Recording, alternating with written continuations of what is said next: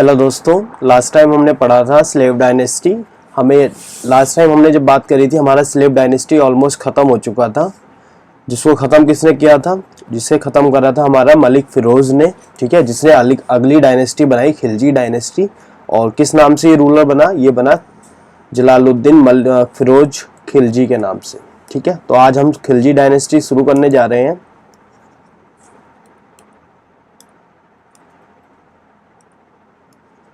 ठीक है, चलो अब हम लोग खिलजी डायनेस्टी शुरू करने जा रहे हैं, तो थोड़ा सा जान लेते हैं खिलजी डायनेस्टी से पहले का हमने जितना पढ़ा हुआ है, एक बार वो रिवाइज कर लेते हैं।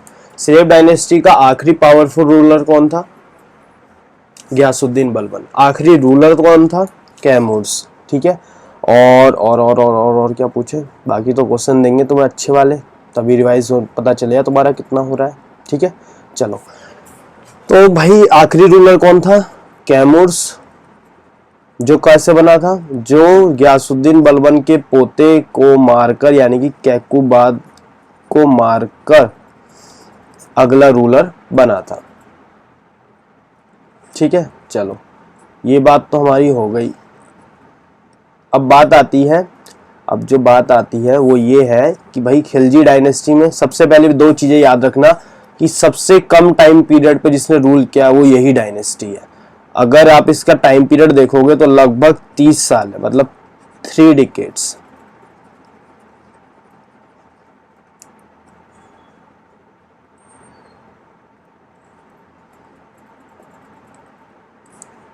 लगभग 30 इयर्स का इसका टाइम पीरियड है, और अगर मैं दूसरे शब्दों में कहूँ तो 3 डिकेड्स। ठीक है, इसका फाउंडर कौन था? जलालुद्दीन फ़िरोज़ खिलजी।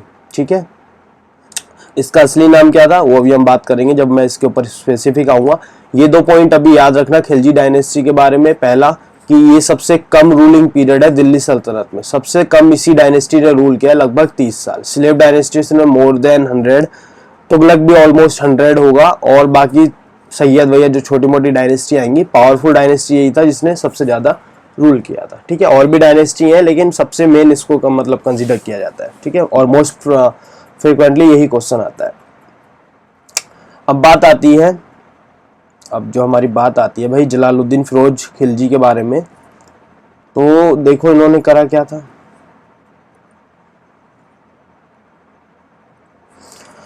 जलालुद्दीन फ़िरोज़ खिलजी का असली नाम तो हम कल जान चुके थे, मलिक फ़िरोज़। ठीक है, इसने क्या करा? इसने लगभग 1290 में ये बना था रूलर। इसने 3 साल बाद अटैक किया देवगिरी पे। ये जो अटैक था ना, यहाँ पे रूलर कर रहा था रामचंद्र देव, और ये पहला मुस्लिम अटैक माना गया है साउथ में। ठीक है, इस अटैक में हुआ क्या कि जब इसने अटैक किया तो रामचंद्र देव ने इससे मतलब एक तरह से हार मानी, या कुछ भी कहो, मतलब लूट में काफी वो हुआ, तो एक तरह से सरेंडर कर दिया था। और काफी मतलब धनराशि जो थी रामचंद्र देव ने मलिक फ़िरोज़ को दी थी। और इसके बाद कहते हैं शायद इतिहासकार कि ये अच्छे दोस्त भी हो गए थे, या कुछ मतलब एक तरह से मतलब अच्छे रिश्तेदार हो गए थे। उसके बाद कभी इसने दोबारा अटैक ही नहीं किया। ठीक है, और ये एक अच्छा खासा लमसम मनी हर साल रामचंद्र देव मलिक फ़िरोज़ को देता था। ठीक है, ये मुस्लिम अटैक पहला था साउथ में। अभी तक जितनी बातें हो रही थी, दिल्ली सल्तनत हो चाहे कोई भी रूलर हो, सब कुछ नॉर्थ में आके रुक जा रहा था, कोई साउथ की तरफ मूव नहीं कर रहा था। लेकिन हमारे जलालुद्दीन फ़िरोज़ खिलजी पहले आदमी थे जिन्होंने सक्सेसफुली अटैक किया था। अटैक तो हो रहे थे लेकिन सब फेल हो जा रहे थे, या फिर इतना सक्सेसफुल नहीं हो रहा, या लूट पाट के पर्पज से हो रहा था। लेकिन इन भाई साहब को अलग ही मजा चल रहा था। अब हुआ क्या कि भाई इन्होंने अच्छा खासा जीत लिया देवगिरी, और अच्छा खासा लमसम मतलब सरेंडर में पैसा मिला, और ये आराम से शांतिपूर्वक रूल कर रहे थे। ठीक है, अब हुआ क्या कि इसी समय अलाउद्दीन, जो इसका भतीजा भी था, यानी कि जलालुद्दीन का चाचा था, अब ये हुआ करते थे इख्तेदार भूल गए?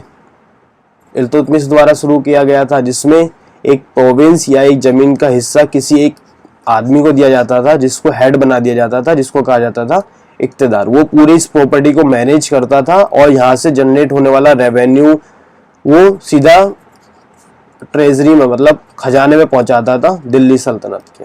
ठीक है, और यहाँ से आर्मी वगैरह जो भी होता था वो भी यही भेजता था, और बदले में थोड़ा बहुत हिस्सा उसी मान लो 90% रेवेन्यू जनरेट हुआ तो उसमें से लगभग 10% 20% वो इस हेड को दिया जाता था, बाकी हिस्सा ट्रेजरी में चला जाता था। ठीक है, ये बार बार याद दिलाना पड़ता है तुम लोगों को। चलो आगे देखो, सबको सही चल रहा था। ये कारा उस समय, कारा का ये जो था इक्तेदार था, और कारा जो उस समय बना हुआ था वो कौसाम्बी प्लस प्रयागराज से मिलकर बना हुआ था। प्रयागराज का अभी का नाम क्या था, मतलब पहले का थोड़ा इलाहाबाद, और इलाहाबाद से दोबारा क्या बन गया, प्रयागराज। ठीक है, इसी समय में हुआ जलालुद्दीन फिरोज खिलजी के समय में फोर्थ मंगोलाइट्स अटैक। इसमें काफी मतलब बहुत अच्छे इंसिडेंट हुए जो हमें जानना जरूरी है। हुआ क्या कि जब ये फोर्थ मंगोलाइट्स अटैक था तो मलिक फिरोज ने, ठीक है, जलालुद्दीन फिरोज खिलजी नाम है बट मैं मलिक फिरोज यूज कर रहा हूँ, इसने क्या करा, अलाउद्दीन खिलजी को भेजा कि जाओ इस अटैक को काउंटर करो और मतलब इन्हें जल्दी से जल्दी या तो मार पीट के खत्म करो या यहाँ से बाहर भेजो। तो ये बात माना, ये सेना लेके चला, इसने अटैक को काफी हद तक कंट्रोल में कर लिया और मतलब ज्यादा लूटपाट होने नहीं दी। तो इस अटैक में हुआ क्या, लगभग 5 से 10 हजार के आसपास जो सैनिक थे मंगोलॉइड से वो वापस गए नहीं, ये आ गए हमारे अलाउद्दीन के पास। इनसे कहा कि हम वापस जाना नहीं चाहते, आप हमें दिल्ली में रहने की परमिशन दे दीजिए। अलाउद्दीन ने ये बात जलालुद्दीन को बताई, मतलब मलिक फिरोज को बताई। तो मलिक फिरोज ने कहा ठीक है हम रहने देते हैं, लेकिन अगर ये इस्लाम धर्म कबूल कर ले तो हम इनको यहाँ रहने की परमिशन देंगे। अलाउद्दीन ने ये बात इनको बताई, मतलब ये पूरे 5000 तो खड़े नहीं होंगे, इनका कोई लीडर होगा या 2-3 लीडर होंगे, उनको ये बात बताई। तो इन्होंने इस्लाम कबूल कर लिया। अब जो ये लोग इस्लाम कबूल किया तो इनको कहा गया नवीन मुसलमान या न्यू मुस्लिम या नियो मुस्लिम। ठीक है, अब इनके लिए अलाउद्दीन ने एक नई सिटी बसाई जिसका नाम था मुगलपुर सिटी, जिसको कहा जाता है आज के समय में मंगोलपुरी। एक सेकंड, एक नई सिटी बसाई जिसका नाम था मंगोलपुरी। ठीक है, अभी भी रूल मलिक फिरोज कर रहा है, लेकिन इस अटैक में जो हुआ था उसमें क्योंकि अलाउद्दीन लीड कर रहा था तो सारे काम इसी के द्वारा किए जा रहे थे।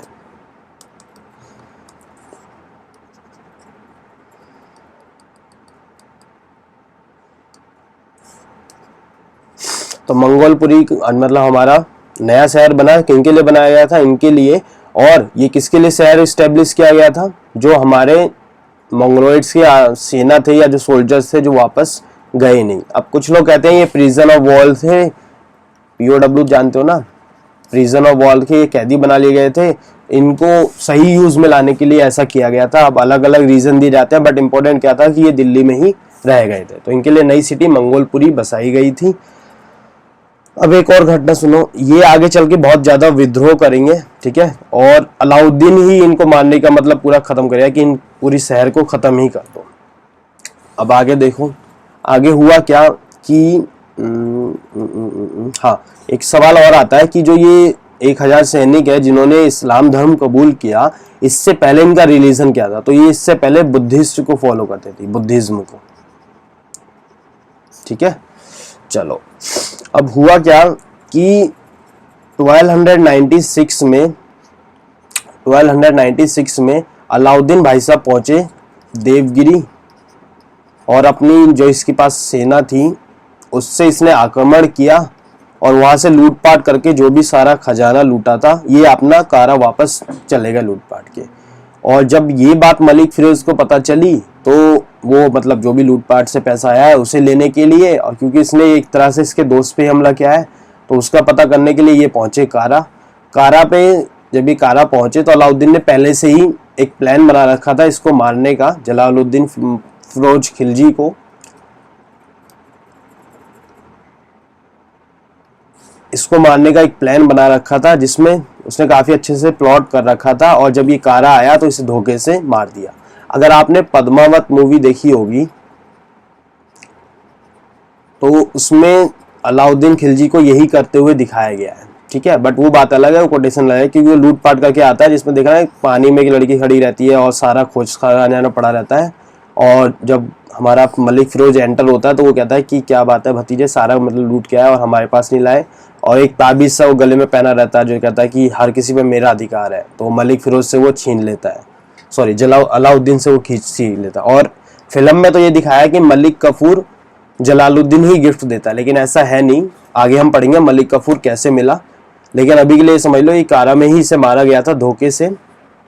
इसमें जो इसकी हेल्प करी थी वो हेल्प करी थी उलूग खान ने।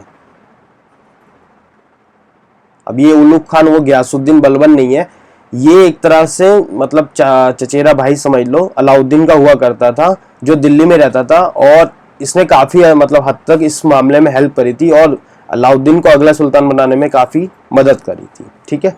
और इसने अलाउद्दीन के लिए काफी अटैक लीड भी किए थे, हम बात करेंगे आगे, बट अभी के लिए इतना जरूरी नहीं है। ये क्या जरूरी था वो मैंने बता दिया कि मंगोलॉइड्स को जिसे अटैक किया था काउंटर करने के लिए अलाउद्दीन गए। अलाउद्दीन ने क्या करा कि काफी हद तक कंट्रोल में किया, और इसकी वजह से कुछ हमारे सोल्जर थे मंगोलॉइड्स के जो वापस गए नहीं, ये अलाउद्दीन के पास पहुंचे, अलाउद्दीन से कहा कि हमें दिल्ली में रहने की जगह दे दीजिए, हम वापस नहीं जाना चाहते।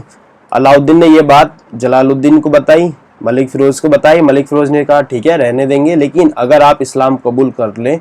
तो इन्होंने इस्लाम कबूल कर लिया और इनको कहा गया नवीन मुसलमान या नियो मुस्लिम, ठीक है। अब इनके लिए अलाउद्दीन ने एक नई सिटी एस्टेब्लिश करी जिसका नाम था मुगलपुर, और जो आज के समय में मंगोलपुरी कही जाती है। अब अलाउद्दीन खिलजी को 1296 में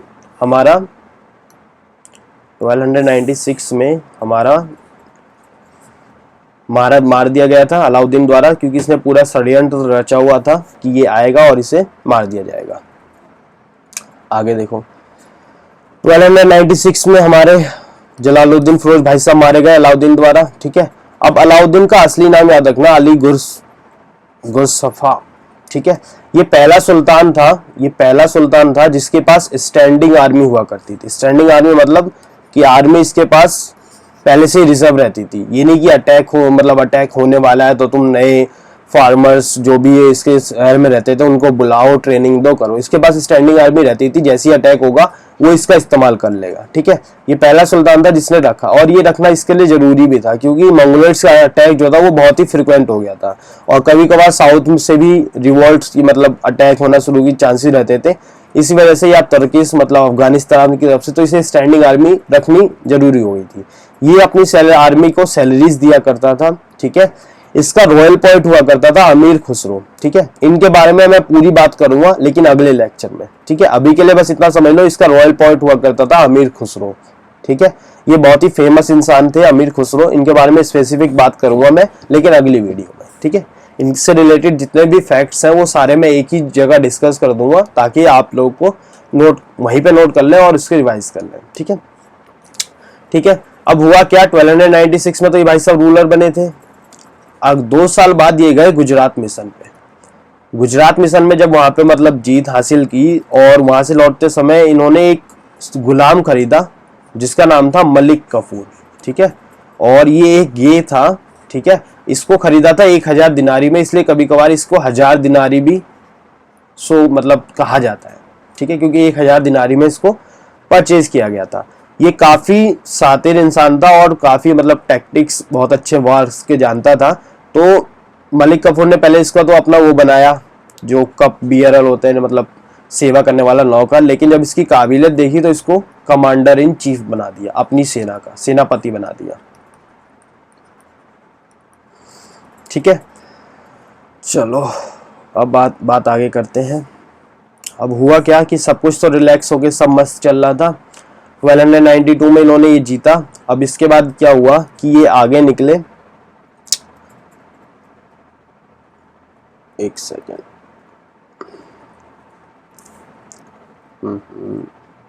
एक मिनट रुकना, थोड़ा सा ये हैंग हो रहा है शायद।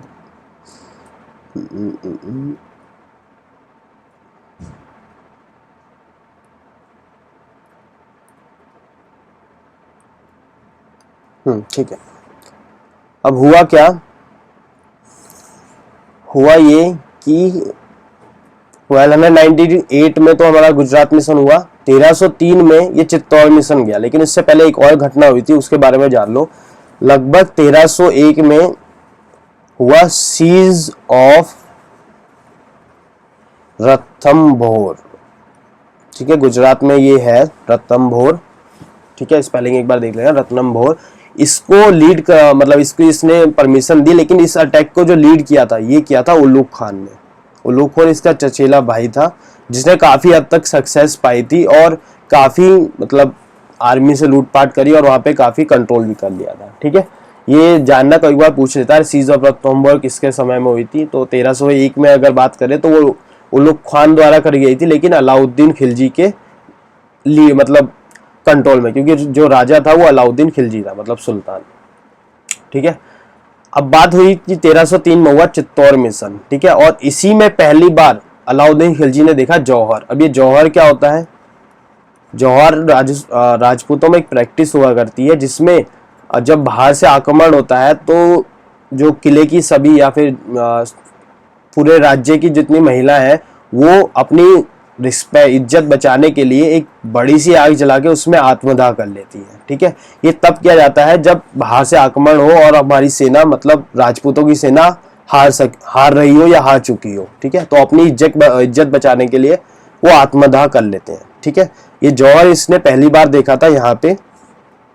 ठीक है, और इसी पे ये चित्तौड़ मिशन पर ही एक बहुत अच्छा उपन्यास लिखा गया है जिसका नाम है पद्मावत। अब कुछ लोग इसको पोयम भी मानते हैं और कुछ लोग इसको नोवेल भी मानते हैं, क्योंकि इसके लिखने का जो स्टाइल है ना वो ऐसा ही है कि एक तरह से पोयम भी लगती है। ठीक है, चलो अब पद्मावत लिखी, लेकिन ये पद्मावत अभी नहीं लिखी कि मतलब चलो भाई सामने अटैक हो रहा है, ये किला बैठा है, ये हमारे भाई साहब अलाउद्दीन खिलजी की सेना खड़ी है और ये अटैक कर रहे हैं, और इधर हमारे बैठे भाई साहब मलिक मोहम्मद जैसी हैं जो लिख रहे हैं कि अच्छा अब ऐसे होगा, अब ऐसे होगा, चलो अब ऐसे गेट टूटा, ऐसे मरा हमारा यहाँ का राजा, ऐसे आत्मदाह हुआ। ऐसा कुछ नहीं हुआ था। अगर होता तो अलाउद्दीन खिलजी से मार देता पहले कि तू मेरी बुराई करने में लगा हुआ है। ठीक है, तो हुआ क्या?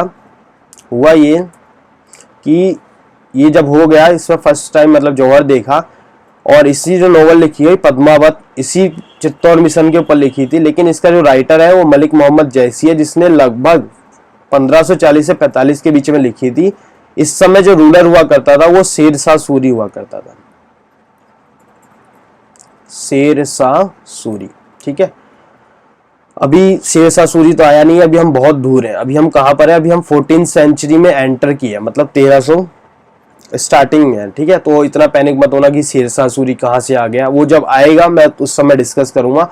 अभी के लिए इतना समझ लो कि चित्तौड़ मिशन पर ही पद्मावत एक उपन्यास या कविता लिखी गई थी, जो मलिक मोहम्मद जैसी द्वारा लिखी गई थी, और जिसको 1540 से 1545 के बीच में लिखी गई थी, और इस समय जो रूलर हुआ करता था वो था शेरशाह सूरी।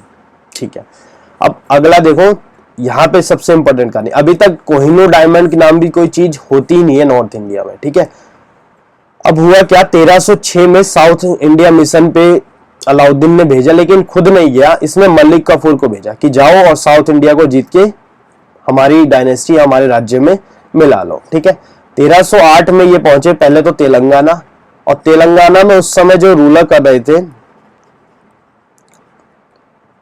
तेलंगाना में जो उस समय रूल कर रही थी वो थी काकटिया डायनेस्टी।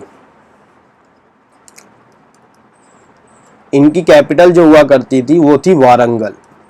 ठीक है, इनकी जो कैपिटल हुआ करती थी वो थी वारंगल।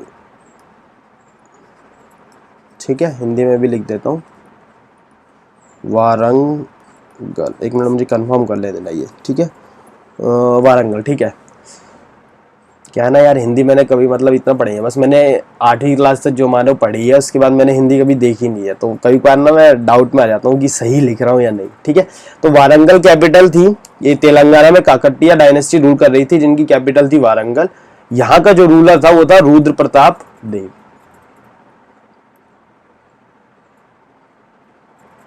यहाँ का जो रूलर था वो था रुद्र प्रताप देव। ठीक है, अब मलिक कफूर ने तो भाई इस पे अटैक किया। अब प्रताप देव भाई साहब डर गए, क्योंकि इनकी सेना इतनी पावरफुल थी नहीं, एक दो अटैक तो झेल पाएंगे, लेकिन इतनी बड़ी आर्मी, क्योंकि मलिक कफूर काफी अच्छी मात्रा में सेना और वार जो इक्विपमेंट हुए होते थे वो सब लेके गया था। तो रूद प्रताप ने इसने क्या करा, इसने सरेंडर कर दिया, ठीक है। और काफी अच्छी खासी धनराशि मलिक काफूर ने इससे मांगी प्रताप रुद्रदेव से कि आप इतना पैसा दीजिए और हमारे सुल्तान अलाउद्दीन खिलजी की सुप्रीमेसी या फिर उनको अपना सुल्तान मान लीजिए। तो इतनी बड़ी रकम तो ये दे नहीं पाता, तो इसने क्या करा, इसने एक बहुत ही कीमती डायमंड हुआ करता था जिसका नाम था कोहिनूर डायमंड। उसने कहा कि ये देखिए पूरी दुनिया का नायाब हीरा है और आपके सुल्तान ही तो कहते हैं कि हर नायाब चीज पे हमारा अधिकार है, तो ये कोहिनूर डायमंड उन्हीं का होना चाहिए। तो मलिक काफूर ने देखा और उसको काफी मतलब यूनिक लगा, तो उसने कहा ठीक है, और मतलब थोड़े पैसे कम में ही मान गया। तो कोहिनूर डायमंड, अब आती है कोहिनूर डायमंड की बात, ठीक है। कोहिनूर डायमंड मिला किसको, मलिक काफूर को। मलिक काफूर इसको लेके गया अलाउद्दीन खिलजी के पास, ठीक है। तो साउथ से कोहिनूर डायमंड जो नॉर्थ में एक था वो कौन लेके गया था, वो लेके गया था मलिक काफूर, ठीक है। क्वेश्चन ऐसे ही पूछते हैं, मलिक काफूर साउथ से नॉर्थ में लेके गया था, साउथ इंडिया से नॉर्थ इंडिया में, लेकिन इस समय रूलर कौन था, इस समय रूलर था अलाउद्दीन खिलजी, ठीक है। चलो, अब मलिक काफूर ने ये डायमंड अलाउद्दीन खिलजी को गिफ्ट में दिया, ठीक है। मतलब वैसे तो उसी का अधिकार था, तो ये मतलब काफी लॉयल था इसका, तो इस मतलब हर चीज से बताता था, वैसे तो अधिकार उसी का था। चलो खैर जो भी बात थी, मलिक काफूर ने गिफ्ट किया अलाउद्दीन खिलजी को कोहिनूर डायमंड, ठीक है। तो अभी तक कोहिनूर डायमंड 1308 तक साउथ इंडिया में था भी, या मतलब बहुत कम लोगों को पता था, लेकिन अब वो नॉर्थ इंडिया में चला गया और दिल्ली में जाके भी फेमस हो गया। चलो, अब तेलंगाना जीत लिया, मतलब एक तरह से वहां का जो रूलर था प्रताप रुद्रदेव, उसने अलाउद्दीन को अपना सुल्तान मान लिया और उसके अंदर मतलब अपना राज्य उसमें मिला लिया या उसकी सुप्रीमेसी मान ली। तो मलिक काफूर पहुंचे आगे, ठीक है। अगर आप लोग मैप देखोगे ना इंडिया का नीचे वाला, तो तेलंगाना समवेयर यहाँ पर है, तो यहाँ से जीतने के बाद मलिक काफूर आगे बढ़ा। तो आगे तमिलनाडु था, वहां पे जो भी डायनेस्टी रूल कर रही थी वो इतना इंपॉर्टेंट नहीं है। इंपॉर्टेंट क्या है, तो तेलंगाना जब देखा तो मलिक काफूर ने इस पर अटैक किया, इसे भी जीत लिया। और जब ये थोड़ा सा और आगे बढ़ा, क्योंकि अब आगे था समुद्र, उस समय ये मलिक काफूर भाई साहब को इतना पता नहीं था कि आगे भी चल के एक देश है जिसका नाम है श्रीलंका, उस समय सिंघली के नाम से जाना जाता था, ठीक है। तो इन्होंने देखा कि भाई आगे पानी है, अब इनके पास हनुमान जी तो है नहीं जो पहुंच जाएंगे उड़ के, ठीक है। मलिक काफूर ने देखा कि आगे समुद्र है, इसने कहा कि अलाउद्दीन खिलजी ही विश्व विजेता हो गए, क्योंकि आगे कोई भी देश है नहीं जीतने के लिए। तो आगे समुद्र देखा तो इसने क्या करा, विश्व विजेता डिक्लेयर कर दिया अलाउद्दीन खिलजी को, ठीक है। अब अलाउद्दीन को जैसी ये बात पता चली कि उसने पूरा विश्व जीत लिया, तो उसने एक नई पोस्ट ली, सिकंदर सानी, जो मतलब ऑलमोस्ट अलेक्जेंडर सेकंड मान लो बेटे, अगर तुम इंग्लिश में कहोगे तो अलेक्जेंडर सेकंड की उपाधि एक तरह से मानी जाएगी, ठीक है। अब अमीर खुसरो ने भी एक इसको टाइटल दिया जब पता चला कि भाई इसने पूरा विश्व जीत लिया, तो इसे कहा सुल्तान जहां, ठीक है। एक बार दोबारा सुन लो, थोड़ा सा कॉम्प्लिकेटेड नहीं होना चाहिए वैसे तो। देखो, यहाँ था हमारा तेलंगाना, मलिक काफूर ने जीता, कोहिनूर डायमंड लिया और मतलब दिल्ली पहुंचा दिया, वापस आया, आगे देखा तमिलनाडु, ठीक है। तमिलनाडु पे अटैक किया, जब इसे भी जीत लिया तो आगे था समुद्र, ठीक है। अगर इंडिया का मैप देखोगे ना तो ये बात तुम्हें यहाँ खुद दिख जाएगी कि आगे था मैप। अब यहाँ पे एक छोटा सा देश और है, लेकिन हमारे काफूर भाई साहब को ये पता नहीं, इनको तो बस जीतना था। एक सेकंड में बना देता हूँ दूसरे कलर से, ठीक है। यहाँ पे हमारा एक श्रीलंका देश जो उस समय सिंघली के नाम से या सिंघी के नाम से जाना जाता था, उसके बारे में मलिक काफूर को पता नहीं था। और क्योंकि जो साउथ की इंडिया की जो डायनेस्टी थी ना वो काफी अच्छी थी नेवी में, मतलब नौसेना आर्मी जो नेवी आर्मी हुआ करती थी उस समय काफी पावरफुल थी, ठीक है। वो हम बात करेंगे जब हम साउथ इंडिया में डिस्कस कर रहे होंगे, बट वो तुम्हारे एग्जाम के मतलब वनडे जो एग्जाम होते हैं एसएससी बैंक उस समय इतना पूछते नहीं है, यूपीएससी में पूछा जाता है। तो अगर समय होगा तो हम काफी डिटेल में पढ़ेंगे, ठीक है। तो इन्होंने तो भाई देखा नहीं, इन्होंने बोला कि भैया यहीं तक दुनिया है, अलाउद्दीन खिलजी ने पूरी दुनिया जीत ली। और क्योंकि ये सारा का सारा एशिया में था, और एशिया में भी देखो ना इन्होंने बस इंडिया मैप जीता है और इंडिया विश्व जीता। इधर मंगोलॉइड्स चल रही है, मंगोलॉइड्स में कुबलई खान जो रूल कर रहा है, मंगोलॉइड्स का जो चाइना पे भी इसका अधिकार था, ठीक है। इधर एशिया यूरोप था, इजिप्ट था, लेकिन भाई साहब को बस यही दुनिया दिखी, यानी खैर अलग अलग लॉजिक होते हैं। तो इन्हें विश्व विजेता डिक्लेयर कर दिया। अलाउद्दीन ने एक नई उपाधि ले ली जैसे उसे पता चला कि वो दुनिया जीत चुका है, तो सिकंदर शाही, अमीर खुसरो ने भी एक टाइटल दिया अलाउद्दीन को जिसको कहा सुल्तान जहां। इतना परेशान मत होना, ये अमीर खुसरो कहाँ से आ रहा है इतना, मतलब ये बहुत ही फेमस बंदा था, लेकिन इसके बारे में जितने भी फैक्ट्स होंगे वो इस जगह हम लिख लेंगे ताकि हमें कोई प्रॉब्लम ना हो, ठीक है। अब भाई ये जितना फेमस था ना, ये काफी फेमस रूलर था अलाउद्दीन खिलजी, मतलब अटैक में इसके बारे में ना जोधपुर इंस्क्रिप्शन में काफी अच्छी बात बोली गई है। जोधपुर इंस्क्रिप्शन में इसकी काफी तारीफ की गई है, जो संस्कृत में। जोधपुर इंस्क्रिप्शन जो है ना, भारत की इकलौती ऐसी जिस जो हमें संस्कृत भाषा में मिली है, ठीक है। इंस्क्रिप्शन जानते हो, मतलब एक पत्थरों पे लेख लिख देते थे ना कि सुल्तान जहां ये इनके द्वारा ये सब काम किया गया था। तो जोधपुर इंस्क्रिप्शन में हमारे अलाउद्दीन खिलजी के बारे में काफी मतलब प्रेज किया गया, मतलब प्रशंसा की गई है। लेकिन ये जितना फेमस था ना, इतिहासकार मानते हैं कि ये अपनी फेमस, मतलब पूरी दुनिया जीत ली थी, काफी फेमस हो चुका था, लेकिन जब मरा तो ये अपनी ही कारनामों की वजह से मरा, क्योंकि अपनी जितनी फेमस थी वो सब इसने खुद ही लुटा दी।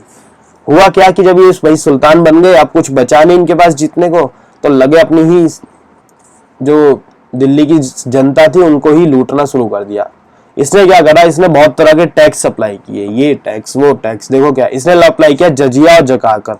जजिया क्या होता था, जो नॉन मुस्लिम हुआ करते थे उनको कुछ एडिशनल टैक्स देना पड़ता था, या जब वो भी कोई भी अपनी तीर्थ यात्रा के लिए निकलते थे तो उन्हें थोड़ा बहुत पैसा देना होता था, ठीक है। इसी तरह जकात होता था, आई थिंक जकात होता है कि अपनी कमाई का थोड़ा बहुत हिस्सा दान में देना होता है, ठीक है, एक बार देख लेना, ठीक है। हाउस टैक्स अप्लाई किया, मतलब घर अगर बना रहे हो, 2 बिल्डिंग है तो इतना टैक्स दोगे, एक मंजिल है तो इतना टैक्स दोगे, मतलब अलग अलग तरह के टैक्स इसने लगा दिए थे, ठीक है।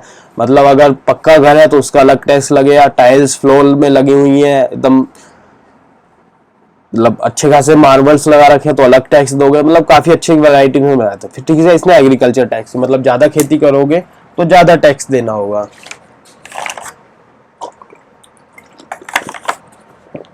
अब उसमें भी अगर एग्रीकल्चर ज्यादा से मतलब तुम अगर अनाज के दाने उगा रहे हो जैसे गेहूं चावल तो इतना परसेंट है, अगर तुम फल सब्जी उगा रहे हो तो इतना परसेंट है, मतलब अलग अलग टैक्स लाया था। दूसरा इरिगेशन, इरिगेशन मतलब सिंचाई टैक्स, जो अगर तुम पानी दे रहे हो तो टैक्स। अब इसने बताओ ये एनिमल फीडिंग टैक्स तक लगाया था, मतलब अगर तुम अपने जानवरों को चारा खिला रहे हो तो उसका भी टैक्स देना होगा, क्योंकि चारा कौन सी क्वालिटी है कैसा खिला रहे हो उसका भी टैक्स लाओगे। तो इसने अलग तरह के टैक्स लाए थे, लेकिन ये 5 फेमस हैं जो कई बार पूछ लेता है कि इनमें से कौन सा टैक्स अलाउद्दीन खिलजी ने लगाया था, ठीक है। तो ऑप्शन देख लेना।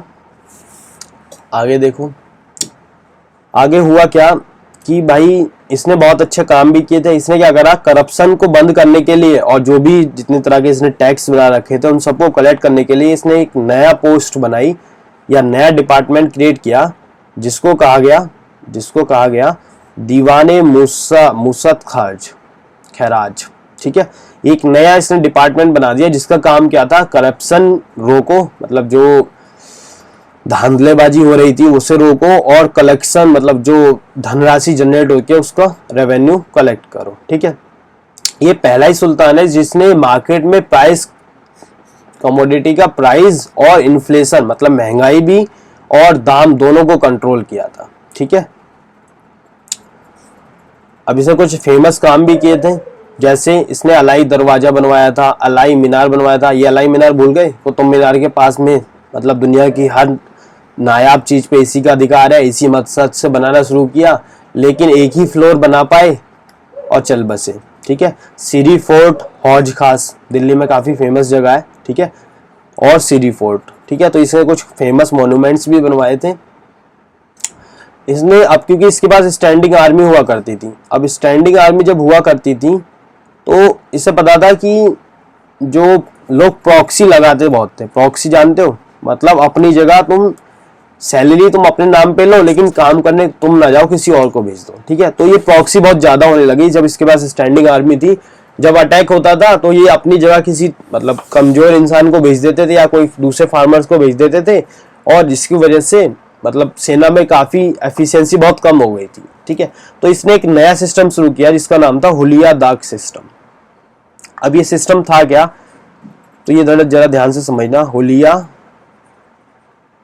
दाग सिस्टम, हुलिया का मतलब जानते हो, इसने क्या कर रखा था कि जो भी इसकी आर्मी में या स्टैंडिंग आर्मी में जो भी सेना मतलब सोल्जर होता था उसका इसने एक स्केच बनवा रखा था। और जब भी मतलब इसे डाउट होता था कि ये इसकी सेना करनी है तो वो उसका स्केच लेके देखता था, अगर वही निकलता था तो मतलब हाँ ये सी मतलब मेरा ही सोल्जर है, कोई प्रॉक्सी नहीं है, ठीक है।